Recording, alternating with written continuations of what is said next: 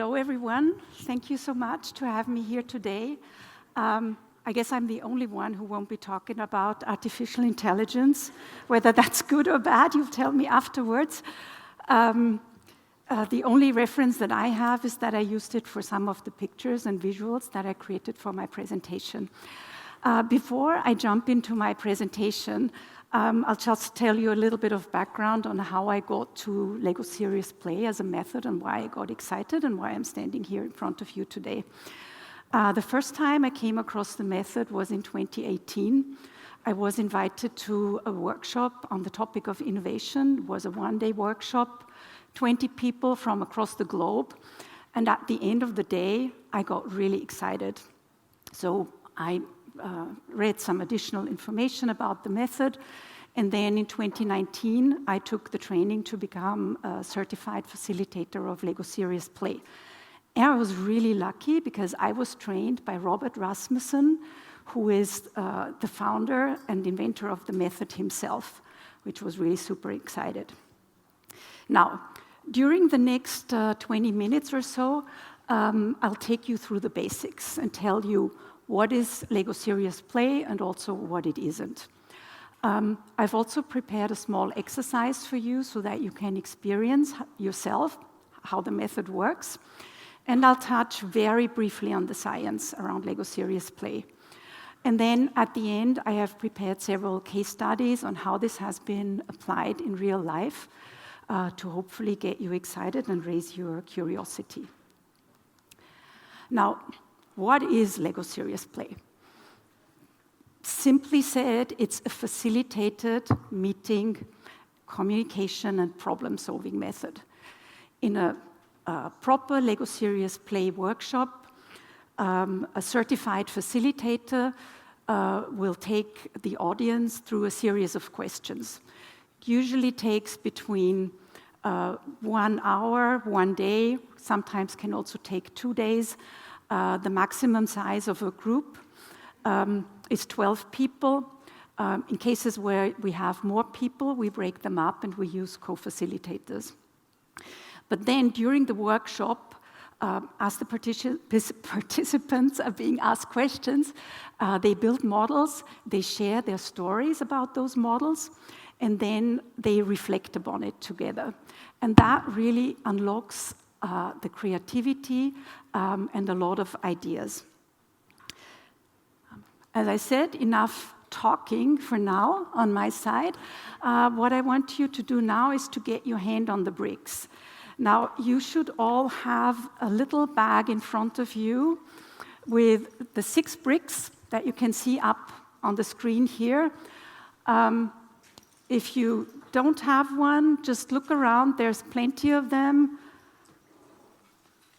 Take them out of the bag. And here's your challenge. Build a duck with the 6 bricks that you have. You've got 30 seconds, maximum 1 minute from now. No need to look at your neighbor. Just take the bricks, build a duck. If it's a duck for you, it will be good.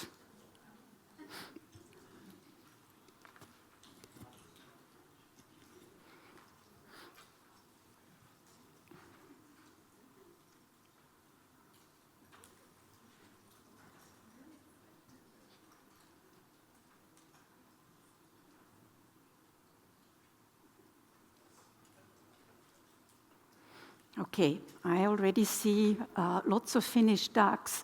So the next thing I want to ask you is just turn to someone who is sitting close to you and tell them something about your duck. And then swap after 30 seconds.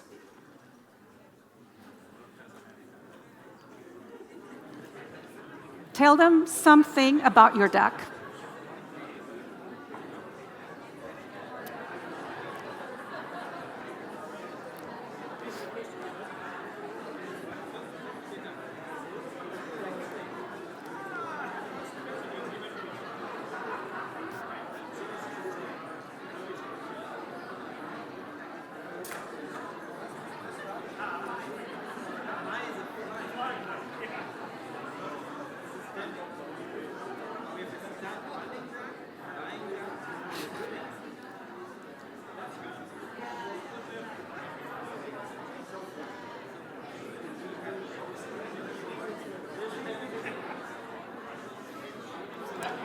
So now, if you're finished sharing, please raise your hand and hold your duck up in the air.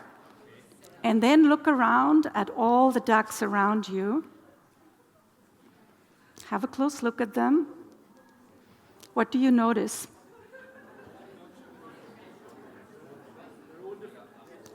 Right, thank you. They are all different, and they are all good. In fact, that's one of what you've just experienced is one of the powers of Lego Serious Play. So I brought up on the screen here also an example from the Lego house in Billund. They calculated that if you take 6 identical Lego bricks, there's more than 900 million of options to put them together. So here now you had 6 bricks, and I asked you to build a duck. But just imagine, as in a typical workshop, you had more than those 6 bricks, and you had a real problem to solve, something that you really care about. That's really where the method adds a lot of value. So how does Lego Serious Play work? We always, in every workshop, we use the 4-step process. And that's a process that you've just gone through. So I, as the facilitator, I asked you a question. I said, build a duck. Now, here it was very straightforward. We have a big audience, simple exercise. Usually the building will take between 3 to 8 minutes. And then you were building. I don't know if you noticed, but it became really quiet in the room.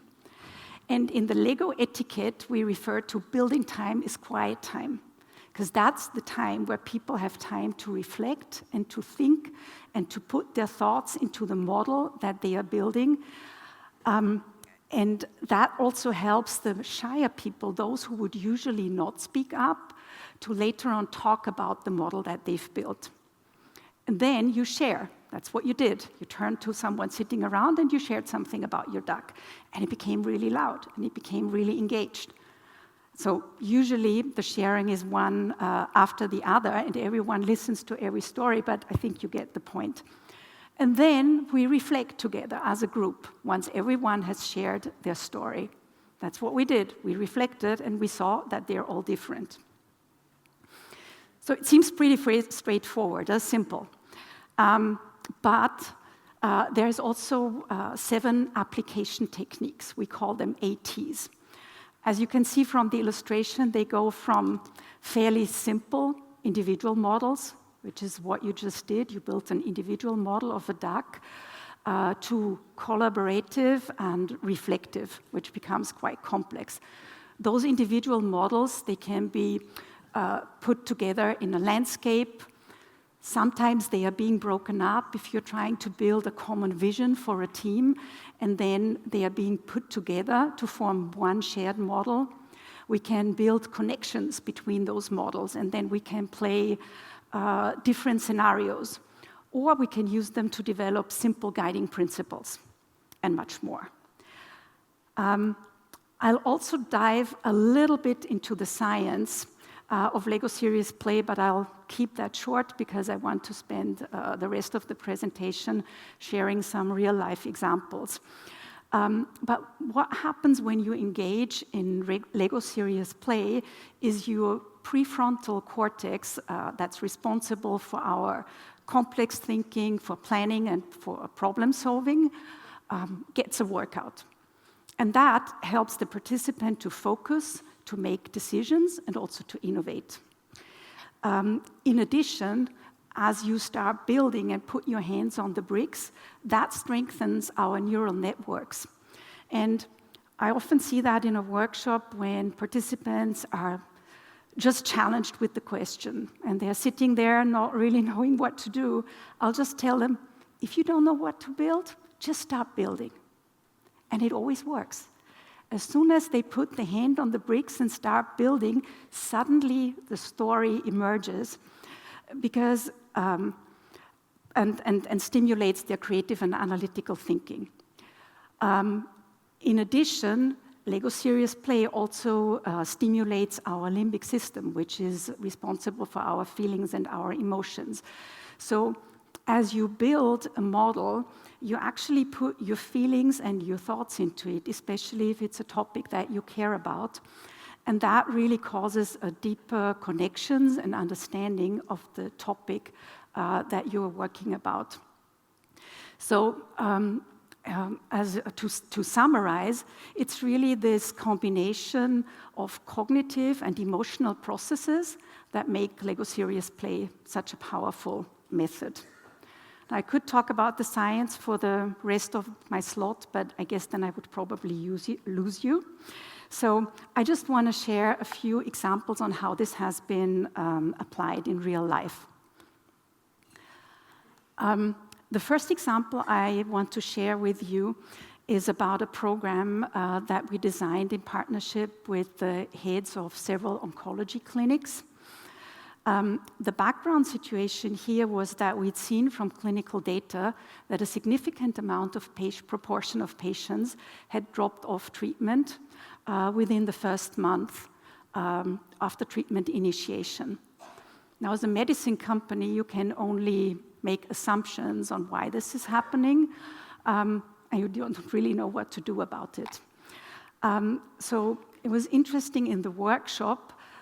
We gathered the treatment teams at the clinic. They spent 3 hours, most of the times after work. And we asked them, one of the key questions that we asked them was, build a model to describe your role in the treatment of this cancer patient. And it was amazing for me as a facilitator to see how the people who wouldn't usually speak up, because you had the professor, the oncologist, the radiologist, and the nurses, was actually the nurse who put up her hand and said, actually, I'm the first one to see the patient, when they come to the hospital.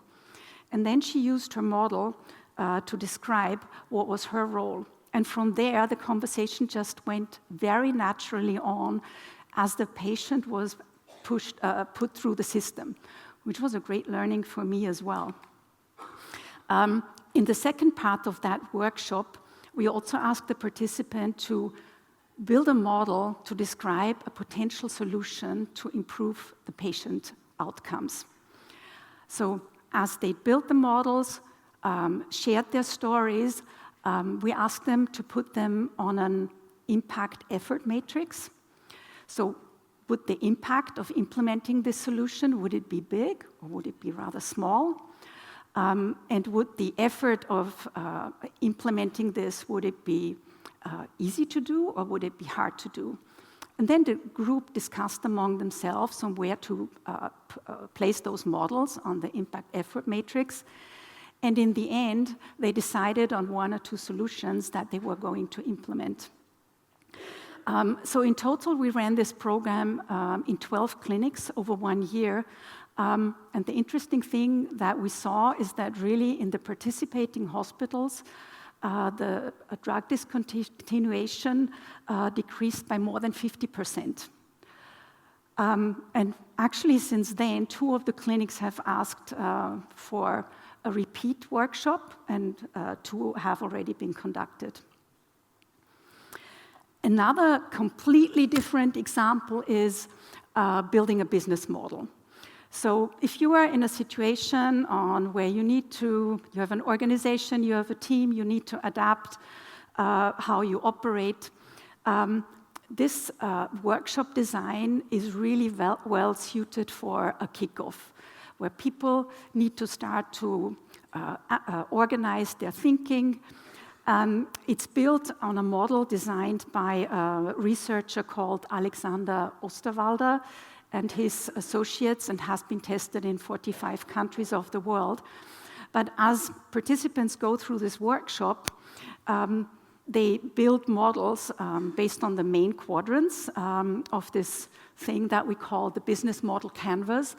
And then they would reflect on their key partners, what are their key activities, the key resources, and also about what's the value proposition.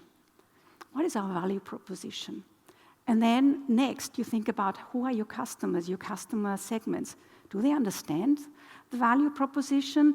That's where you put your model on a landscape to see, are we far away from our customers? Are we close to them? Are they even looking in our direction? There's some parts of this canvas that are deliberately left open everything that you see at the bottom related to finance, and that is deliberately left to after the workshop and is dealt with in other methods. But the great thing after a workshop like that is really that people in the team have a good understanding of their place in the wider ecosystem, the organization or the team, a common value proposition that everyone will understand, and they will go away with a plan. One of the questions that I get regularly, and it's in fact the frequently asked questions of LEGO Serious Play is, can I use this for team building? And I would usually say, yes, it's great. It's really good for that, but don't use it if you just want to have some fun with your team. For that, it's not the right thing. Then, there's lots of other things that you can do, but if your objective is to build a stronger team, yes, then this is a great model. And we, in fact, used it in a situation where we had a major reorganization. And reorganizations are always made to make things better, but especially at the beginning, causes a lot of disruption, causes confusion, and it causes anxiety. So when we went through such a reorganization, we gathered our newly established Omnichannel team, and we asked them questions like, what energizes you in your role? We also asked them, build a model to describe your role in the organization. And for that example, we used the technique called explain that to a 9-year-old. Because often when you talk about your role, you tend to use big words, and then it becomes very difficult to understand what it really is that you're doing. At the end, we also used the obituary challenge, which is imagine that your service was the one that's discontinued. What would customers lose if you were to stop doing what you're doing? So in our case, we did this for 2.5, 3 hours. And what people went away with at the end is, first of all, there's a lot of trust that is being built during that process. So they went away with a much better feeling of connectedness and a better understanding. And also it addressed some of that anxiety, and they actually dared to ask questions. My last example, last but not least, is a very simple one, but it's one of my favorites, so I really wanted to bring it in here, is if you as a manager sometimes have the tendency, because you want to be nice, to take on someone else's task or work, whether it is your colleague or whether it's members of your team, or you have a team with that tendency, then this little workshop is actually a good solution for you. So what I did in that case is I asked the participants to read the book, The 1-Minute Manager Meets the Monkey, and come prepared with the book annotated to the workshop.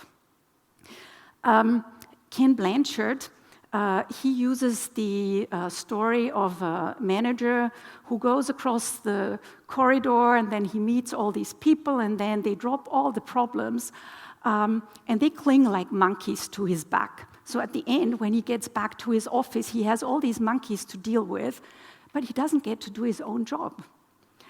So the first question to the participants in the workshop is, build a model of a monkey that is currently with you. And that could be in your job, or if they couldn't think of a job-related problem, it could be in their personal life. Now, once they had all shared their model, the next question was, why? I don't know if you've got a team member, everyone ever, who said they are not overworked, they don't have too much to do, they don't know how to get to their most important tasks. So why then are you taking on someone else's work? And again, it's the 4-step process that we went through before, where they build, they reflect, and they share. And then at the very end, there's this concept of discretionary time in Blanchard's books, which is, for me, the key takeaway is, if you didn't do other people's work, you'd actually, as a manager, get discretionary time, Or even as if you're not managing a team and do the things that are really important, what is it that you would be doing? So that's the last of my examples that I either facilitated or joined. If you want to learn more about the method, I put in a preview of the LEGO Serious Play global website. There's also a quarterly magazine where people across the globe and from all kinds of industry and private backgrounds share their stories. I brought a couple of them with me in case you want to have a look out in the main hall there. Now, if I had to summarize in one last sentence is, when should you be considering LEGO Serious Play? If you have a complex problem to solve, and you really want to be sure that every person in your team or in your organization is heard, and it's really important to build commitment, then it's a really good method to use. Now, in case of doubt, you can always reach out to a certified facilitator and ask for a first initial and informal conversation to see whether it's fit or not. Now, I know Steve Jobs said always one more thing. I have two more things before I close. Those ducks that you built, hold on to them. They are yours. So if you feel and if you've built a connection with them, feel free during one of the breaks or at the party tonight or as you move around in Vienna, take a picture of you and your duck, and then you can scan the QR code here. We also have it outside there for you later on, and post a picture with a comment. Why you're excited here to be here in Vienna, or why you're excited to be here at Next for Pharma. Or if I've managed to make you curious and you want to build more than a duck and something more complex, we've also brought some, we call them window exploration bag or exploration kits. We've also prepared 3 questions that you can choose from, and we have a table out there where you could spend some time to build a model and then tell a story. We'll be around for that today and tomorrow. So with that, I hope I managed to raise your curiosity. I hope I got you excited, and thank you so much for your attention and for the active participation.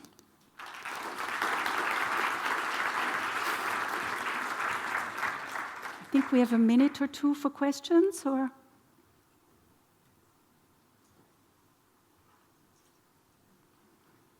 If no, then thank you.